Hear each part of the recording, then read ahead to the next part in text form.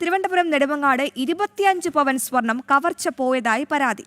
കൊച്ചാട്ടുകാൽ സ്വദേശി അനസിന്റെ വീട്ടിൽ നിന്നാണ് സ്വർണം മോഷണം പോയത്. വീട്ടിൽ ആളില്ലെത്തപ്പോഴാണ് മോഷണം. വീട്ടിലെ CCTV ഉൾപ്പെടെ മോഷ്ടാക്കൾ തകർത്തു. നെടുമങ്ങാട് പോലീസിൽ പരാതി നൽകിയിരിക്കുകയാണ് കുടുംബം. വിവരങ്ങളുമായി ശ്യാമപ്രസാദ് ചേരുന്നുണ്ട്.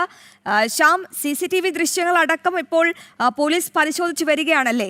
എപ്പോഴാണ് ഈ സ്വർണം മോഷണം പോയത്? എപ്പോഴാണ് ഈ മോഷണ വിവരം അറിഞ്ഞത്? ഇവർക്ക് മറ്റാരെങ്കിലും സംശയമുണ്ടോ നിലവിൽ?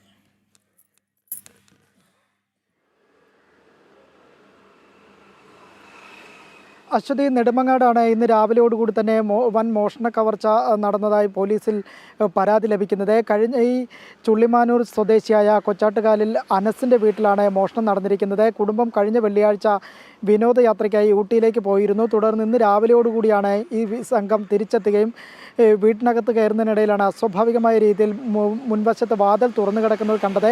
തുടർന്ന് മുൻവശത്തെ വാതിൽ കുത്തി തുറന്ന് വീടിനകത്ത് മോഷ്ടാക്കൾ കടന്ന് ബെഡ്റൂമിൽ ഉണ്ടായിരുന്ന അലമാര കുത്തി തുറന്നാണ് 25 പവനോളം സ്വർണ്ണാഭരണങ്ങൾ മോഷണം നടത്തിയതായി ഇപ്പോൾ കണ്ടെത്തിയിരിക്കുന്നത്. എന്തായാലും കുടുംബം ഇന്ന് രാവിലെയോടുകൂടിയാണ് വിനോദയാത്ര കഴിഞ്ഞെത്തിയപ്പോഴാണ് ഈ മോഷണ വിവരമെല്ലാം തന്നെ അറിയുന്നതും.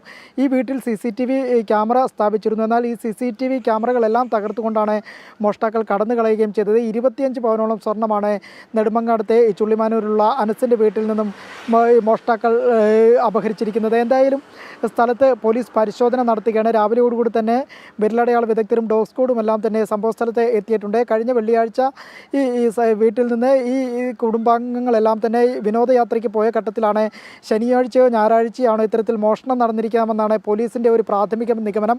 പോലീസ് എന്തായാലും ചില വ്യക്തികളെ കേന്ദ്രീകരിച്ച് കൂടുതൽ പരിശോധനകളും കൂടുതൽ അന്വേഷണവും നടത്തുന്നുണ്ട്. എന്തായാലും ഇന്ന് രാവിലെയോടുകൂടി തന്നെയാണ് നെടുമങ്ങാട് പോലീസിൽ ഇത് സംബന്ധിച്ച് കുടുംബം പരാതി നൽകിയത്.